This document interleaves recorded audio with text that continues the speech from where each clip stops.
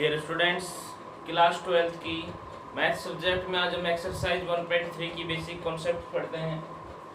देखिए, अब एक नया टॉपिक स्टार्ट हो रहा है, अपनी एक्सरसाइज नए मोड पे जा रही है कि द्विआधारी संक्रियाएं, बाइनरी ऑपरेशंस।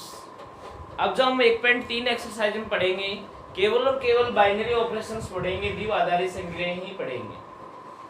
द्विआधारी संक्रियाओं में देखो ये स्टार सा बना रखा है, इसका मतलब होता है एस्ट्रिक।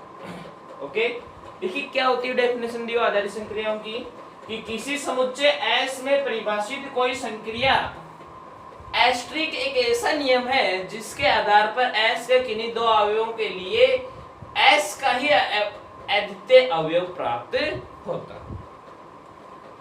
कि देखना बच्चों, एक समुच्चय है, उस समुच्चय में बहुत सारे अवयव हैं। हम दो अवयव लेंगे, ए और बी लेंगे, किसको बिलोंग्स करते हुए? एस को बिलोंग्स करते हुए। फिर उसके अंदर हम ऑपरेशंस करेंगे, बाइनरी ऑपरेशंस करेंगे, इनके एस्ट्रिक संक्रिया लगाएंगे और एस्ट्रिक संक्रिया लगाने के फलस्वरूप जो हमें नया अवयव प्राप्त होगा वो भी किसको बिलोंग्स करना चाहिए? उसे एस को ही बिलोंग्स करना चाहिए। तो अपनी जो संक्रियाएं हैं वो बाइनरी ऑपरेशंस कहलाती है, द्विआधारी संक्रिया कहलाती है। ओके, कि किसी समुच्चय S में परिभाषित कोई द्विआधारी संक्रिया एस्ट्रिक एक ऐसा नियम है जिसके आधार पर S के किन्हीं दो अवयवों के लिए, इनकी दो अवयव कहां से लिए जा रहे हैं?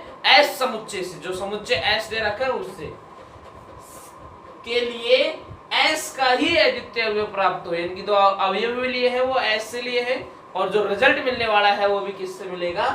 S इसी समुच्चय से मिलेगा। तो वह एक द्विआधारी संक्रिया कहलाती है। देखिए, इससे समझ लीजिए कि ए जो अवयव लिया है मैंने कहां से लिया है? एस से लिया है, एस समुच्चय से लिया है। बी अवयव भी कहां से लिया है? एस समुच्चय से लिया है। तो ए एस्ट्रिक बी करोगे तो ये भी कहां से मिलेगा? आपको एस समुच्चय से ही मिलेगा, जबकि प्रत्येक ए व बी बिलोंग्स टू एस के। तो यही होती है द्विआधारी संक्रिया, बाइनरी ऑपरेशंस। डेफिनेशन क्या याद करोगे कि किसी समुच्चय S में परिभाषित द्विआधारी संक्रिया के ऐसा नियम है जिसके लिए प्रत्येक S के किन्हीं दो अवयवों के लिए S का ही अद्वितीय अवयव प्राप्त होता हो, तो वह अपनी द्विआधारी संक्रिया। अब द्विआधारी संक्रियाओं के प्रकार देखिए, मुख्यतः द्विआधारी संक्रियाएं चार प्रकार की होती हैं। नंबर 1 होती है क्रम विनिमय, इनके सीक्वेंस चेंज करने वाली। नंबर 2 होती है साहचर्यता का नियम, ये भी सीक्वेंस चेंज इनके 3 वर्डों में किया जाता है। द्विआधारी संक्रिया का तत्समक अवयव निकालना सीखेंगे और हम प्रतिलोम अवयव भी निकालना सीखेंगे। 4 प्रकार की चीजें सीखेंगे। तो पहला हम यही सीख लेते हैं, क्रम विनिमयता। क्रम विनिमयता का मतलब क्या होता है बेटा? क्रम का मतलब तो उनका सीक्वेंस, और विनिमयता, विनिमयता का मतलब अदला बदला, आदान प्रदान करना, तो उनका सीक्वेंस चेंज करना। कि किसी समुच्चय S में परिभाषित कोई संक्रिया एक क्रम विनिमय संक्रिया कहलाती है यदि A एस्ट्रिक B इक्वल होना चाहिए B एस्ट्रिक A के। यानी कि A और B की जो एस्ट्रिक संक्रिया लगाने के बाद जो अवयव प्राप्त होता है वही हमें B और A की एस्ट्रिक संक्रिया लगाने पर प्राप्त होना चाहिए। अगर ऐसा रिजल्ट मिलता है तो ये एक द्विआधारी संक्रिया से क्रम विनिमयता गुणधर्म अप्लाई होता है, अदरवाइज नहीं होता। यानी कि क्रम विनिमय क्या हो गया? A एस्ट्रिक B बराबर होना चाहिए B asterisk A। Sequence change करके जो एस्ट्रिक संक्रिया लगाई जाए।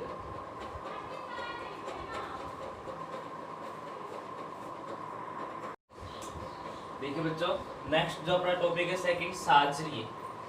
जो द्विआधारी संक्रियाएं हम पढ़ रहे हैं, बाइनरी ऑपरेशंस, उसमें हम साहचर्य संक्रियाएं पढ़ते हैं कि किसी समुच्चय S में परिभाषित संक्रिया एस्ट्रिक साहचर्य संक्रिया कहलाती है यदि A asterisk B asterisk C, ये संक्रिया हम लगाएंगे, पहले B एस्ट्रिक C करेंगे और फिर इसकी एस्ट्रिक संक्रिया किसके साथ में लगाएंगे?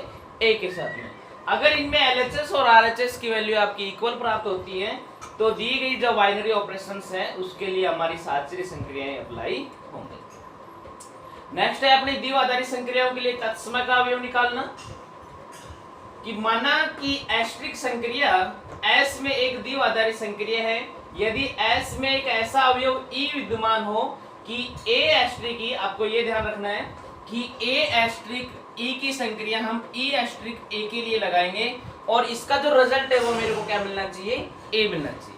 पहले हम ए एस्ट्रिक ई की संक्रिया लगाएंगे, उसके लिए ई इक्वल रखेंगे, और फिर ए एस्ट्रिक ए की संक्रिया लगाएंगे, इसके लिए भी मैं क्या रखूंगा, ए रखूंगा। और ये मैंने बताया था एस क्या होता है कि दिया गया समुच्चय होता है, और ये ए जो अवयव है ये किसको बिलोंग्स करते हुए लेना है, इस दिए गए समुच्चय को बिलोंग्स करते हैं। यानी कि जो भी अवयव लेंगे यहाँ ए बी सी जो अवयव ले रहे हैं वो एस समुच्चय को बिलोंग्स करते हुए लेंगे। तो अवयव ई को एस में एस्ट्रिक संक्रिया के लिए तत्समक अवयव कहलाता है। जो ये ई जो अवयव है ये क्या कहलाता है, इसका तत्समक अवयव। नेक्स्ट हम प्रतिलोम अवयव निकालेंगे कि मानना है कि एस्ट्रिक समुच्चय एस में एक द्विआधारी संक्रिया है और ई इसका तत्समक अवयव है। माना A बिलोंग्स टू S, यदि समुच्चय S में कोई एक ऐसा अवयव भी विद्यमान हो कि देखिए इसमें ये करना है कि पहले हम A एस्ट्रिक B की संक्रिया लगाएंगे, फिर हम B एस्ट्रिक A की संक्रिया लगाएंगे, और रिजल्ट क्या मिलना चाहिए, मेरे को E मिलना चाहिए। और यहाँ पर A और B है, इसमें ये जो B है ये इस A का प्रतिलोम अवयव कहलाता है। B अवयव A अवयव का प्रतिलोम अवयव कहलाता है।